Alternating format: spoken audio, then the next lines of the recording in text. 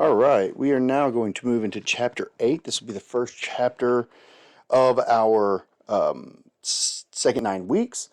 And this is going to start really kind of moving past the revolution, really starting to talk about how America becomes what America is today in terms of economics and some of the roles that different people kind of play in society. And then this is eventually, some of the problems that occur here are going to eventually lead us into the Civil War.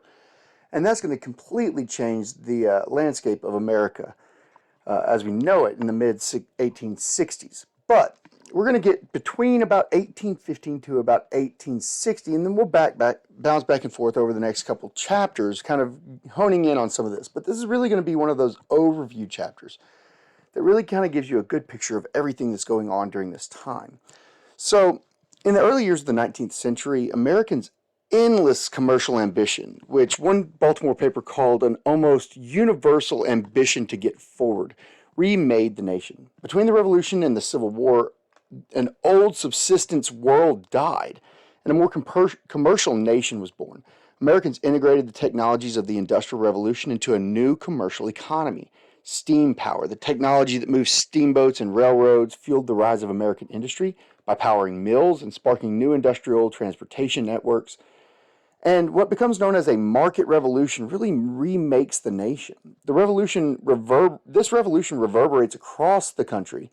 More and more farmers grew crops for profit instead of self-sufficiency. Vast factories and cities arise in the north. Enormous fortunes materialize.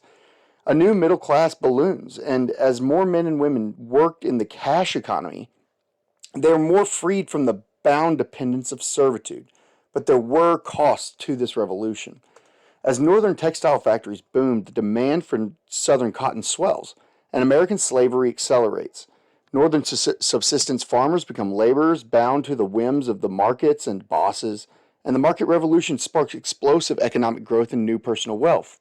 But it also created a lower class of propertyless workers and a series of devastating depressions called panics. Many Americans labored for low wages and became trapped in the endless cycle of poverty. Some workers, often immigrant women, worked 13 hours a day, 6 days a week. Others labored in slavery. Massive northern textile mills turned southern cotton into cheap cloth, and although northern states really kind of washed their hands of slavery, their factories fueled the demand for slave-grown southern cotton. And the banks provide the financing that ensures the profitability and continued existence of the American slave system. And so the economy advances. The market revolution wrenches the United States in new directions as it becomes a nation of free labor and slavery, of wealth and inequality, and of endless promise and untold perils.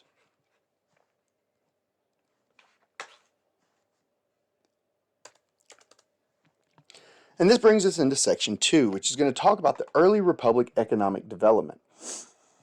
The growth of the American economy really reshapes American life in the decades before the Civil War. Americans increasingly produced goods for sale instead of consumption. Improved transportation also enables a larger exchange network. So these labor-saving technologies improve efficiency and they enable the separation of public and domestic spheres. The market revolution fulfilled the revolutionary generation's expectations of progress, but it introduces very troubling new trends. Class conflict, child labor, accelerated immigration, and the expansion of slavery all follow this. These constraints require new family arrangements, and they also transform American cities. American commerce had proceeded haltingly during the 18th century. American farmers increasingly exported foodstuffs to Europe as the French Revolutionary Wars devastated the continent between 1793 and 1815. America's exports rose in value from $20.2 million in 1790 to $108.3 million by 1807. But while these exports rose, exorbitant internal transportation costs really hindered substantial economic development within the United States. For instance, in 1860, $9 could move 1 ton of goods across the Atlantic. But $9 could only move 1 ton of goods 30 miles across land. And so an 1816 Senate committee report lamented that the price of land carriage is too great to allow the profitable production of American manufactures. But in the wake of the War of 1812, Americans rush to build new national infrastructure, new networks of roads, canals, railroads. In 1815, his annual message to Congress, President James Monroe stressed the importance of establishing throughout our country the roads and canals which can best be executed under national authority. State governments continue to sponsor the greatest improvements in American transportation, but the federal government's annual expenditures on internal improvements climbed to a yearly average of $1.3 million by Andrew Jackson's presidency. State legislatures, meanwhile, pump capital into the economy by chartering banks. The number of state charter banks skyrocket from only one in 1783. There was only one of them, to 266 in 1820, 702 by 1840, and 1,371 by 1860. European capital also really helps American infrastructure. By 1844, one British traveler declared that the prosperity of America, her railroads, canals, steam navigation, and banks were the fruit of English capital. Economic growth, and you need to know this for quiz purposes, really kind of goes unevenly. In fact, there are depressions that really devastate the economy, and you need to know these dates in 1819, 1837, and 1857. Each of those years has a major depression, which followed this really rampant speculation in various commodities. So in 1819, there was speculation in land that led to a depression. Land in slaves in 1837 and railroad bonds in 1857. Eventually, all of these were economic bubbles that would burst. You also have the spread of paper currency that kind of untethers the economy from the physical signifiers of wealth that were kind of familiar to the colonial generation, namely land. Counterfeit bills were endemic during this period of banking. With so many fake bills circulating, Americans were constantly on the lookout for confidence men or con men and other deceptive characters in the urban landscape. Prostitutes and con men could look like regular, honest Americans. Advice literature offered young men and women strategies for avoiding hypocrisy in an attempt to basically restore the social fiber of America. Intimacy in the domestic sphere became more important as duplicity proliferated in the public sphere. Fear of confidence men, counterfeit bills, and the pending bursts of these bubbles created anxiety in the new capitalist economy. But Americans refused to blame the logic of their new commercial system for these depressions. Instead, they kept, pushing to get forward. The so-called transportation revolution really opens up the vast land west of the Appalachian Mountains. In 1810, before the rapid explosion of American infrastructure, Margaret Dwight left New Haven, Connecticut in a wagon headed for the Ohio Territory. Her trip was less than 500 miles, but it took her 6 weeks to complete it. The journey was also a terrible ordeal. As she's quoted, the roads were rocky and so gullied that to be almost impassable. 10 days into the journey at Bethlehem, Pennsylvania, Dwight said, "It appeared to me that we had come to the end of habitable part of the globe." She finally concluded that the reason so few are willing to return from the Western country is not that the country is so good, but because the journey is so bad. 19 years later, in 1829, English traveler Francis Trollope made the reverse journey across the Allegheny Mountains from Cincinnati to the East Coast. At Wheeling, Virginia, her coach encountered the National Road, the first federally funded interstate infrastructure project. The road was smooth, and her journey across the Alleghenies was a scenic delight. I really can hardly conceive a higher enjoyment than the botanical tour among the Allegheny Mountains, she declared. The 90 miles of the National Road were to her a garden. But in the 2 decades before Margaret Dwight and Francis Trollope's journeys transformed the young nation, a pace of change only accelerated in the following years. If a transportation revolution began with improved road networks, it soon incorporated even greater improvements in the ways that people and goods moved across the landscape.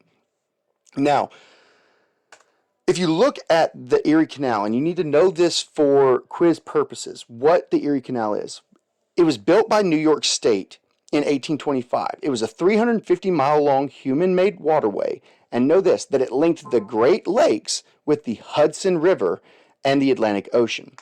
And so now crops that are grown in the Great Lakes region are carried by water to eastern cities, and goods from emerging eastern factories are being able to be taken back west to the farmers.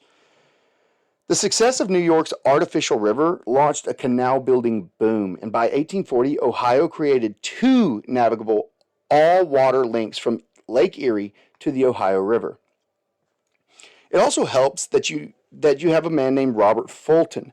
And Robert Fulton, and you need to know for quiz and test purposes, establishes the first commercial steamboat service up and down the Hudson River in New York in 1807. Soon thereafter, steamboats filled the waters of the Mississippi and Ohio rivers. Downstream only routes became watery two-way highways. And in 1830, more than 200 steamboats moved up and down western rivers. The United States' first long-distance rail line launched from Maryland in 1827, and Baltimore city government and the state government of Maryland provided half the startup funds for this new Baltimore and Ohio, or B&O Railroad Company, which might seem familiar if you've ever played Monopoly. The B&O's founders imagined the line as a means to funnel agricultural products of the Trans-Appalachian West to an outlet on the Chesapeake Bay. Similar motivations led citizens in Philadelphia and Boston, New York City, and Charleston, South Carolina, to launch their own rail lines. State and local governments provided the means for the bulk of this initial wave of railroad construction, but the economic collapse of what became known as the Panic of 1837 really made governments very weary of these railroad investments. Government supports continued throughout the century, but decades later, the public origins of railroads were all but forgotten, and the railroad corporation becomes the most visible embodiment of corporate capitalism. By 1860, Americans had laid more than 30,000 miles of railroad. The ensuing web of rails and roads and canals meant that few farmers in the Northeast or the Midwest had trouble getting their goods to urban markets.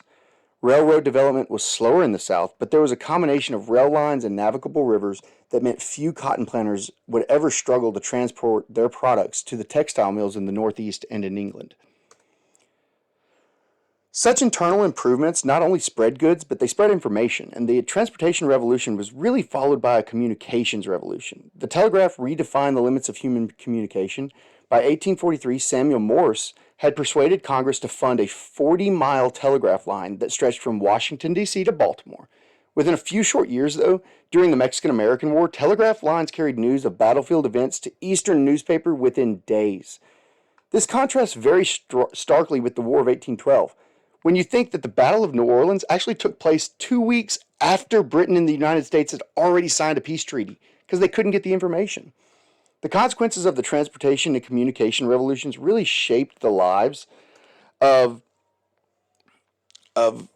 American families.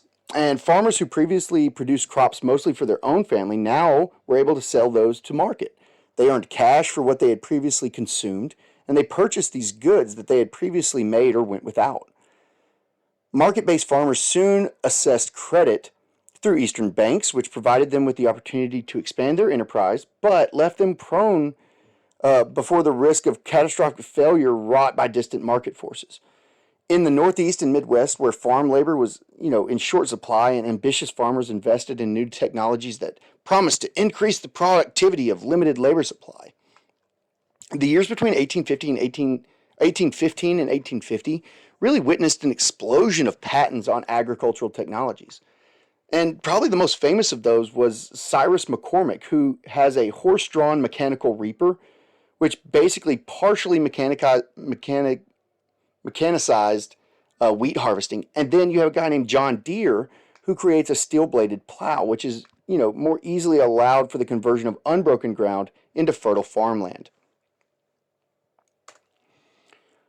Most visibly, the market revolution really encouraged the growth of cities and reshaped the lives of urban workers. In 1820, only New York had over 100,000 inhabitants. But by 1850, 6 American cities met that threshold, including Chicago, which had only been founded fewer than 2 decades earlier. New technology and infrastructure paved the way for such growth. The Erie Canal really captured the bulk of trade emerging from the Great Lakes region, securing New York City's position as the nation's largest and most economically important city. The steamboat turned St. Louis and Cincinnati into centers of trade, and Chicago rose as it became the railroad hub of the western Great Lakes and Great Plains regions. The geographic center of the nation shifted westward. The development of steam power and the exploitation of Pennsylvania coal fields shifted the locus of American manufacturing west. By the 1830s, for instance, New England was losing its competitive advantage to the West pretty easily. Meanwhile, the cash economy eclipses the old informal system of barter and trade. Income became the measure of economic worth. Productivity and efficiencies paled before the measures of income. Cash facilitated new impersonal economic relationships and formalized new means of production. Young workers might simply earn wages, for instance, rather than receiving room and board and training as part of, apprenticeships. Moreover, a new form of economic organization appeared, called the business corporation. Now, states offered the privileges of incorporation to protect fortunes and liabilities of entrepreneurs who invested in early industrial endeavors. A corporate charter allowed investors and directors to avoid personal liability for company debt. And for quiz purposes, you need to know that the legal status of incorporation had originally been designed to confer privileges to organizations embarking on expensive projects designed for the public good, like universities and municipalities and public work projects. But the business corporation was something new. Many Americans distrusted these new impersonal business organizations whose officers lacked personal responsibility, while nevertheless carrying legal rights. Many wanted limits. Thomas Jefferson himself wrote in 1816, "I hope that we shall crush in its birth the aristocracy of our moneyed corporations, which dare already to challenge our government to a trial of strength, and bid defiance to the laws of our country." But in the Supreme Court case Dartmouth versus Woodward in 1819, they uphold the rights of private corporations when it denies the attempt of the government of New Hampshire to reorganize Dartmouth College on behalf of the common good. Still, suspicions remained. A group of journeyman cordwainers in New Jersey publicly declared in 1835 that they entirely disapproved of the incorporation of companies for carrying on manual mechanical business, inasmuch as we believe their tendency is to eventuate and produce monopolies, thereby crippling the energies of individual enterprise. So, a lot is changing during this time. And we will continue to talk about the decline of northern slavery and the rise of the Cotton Kingdom in our next section.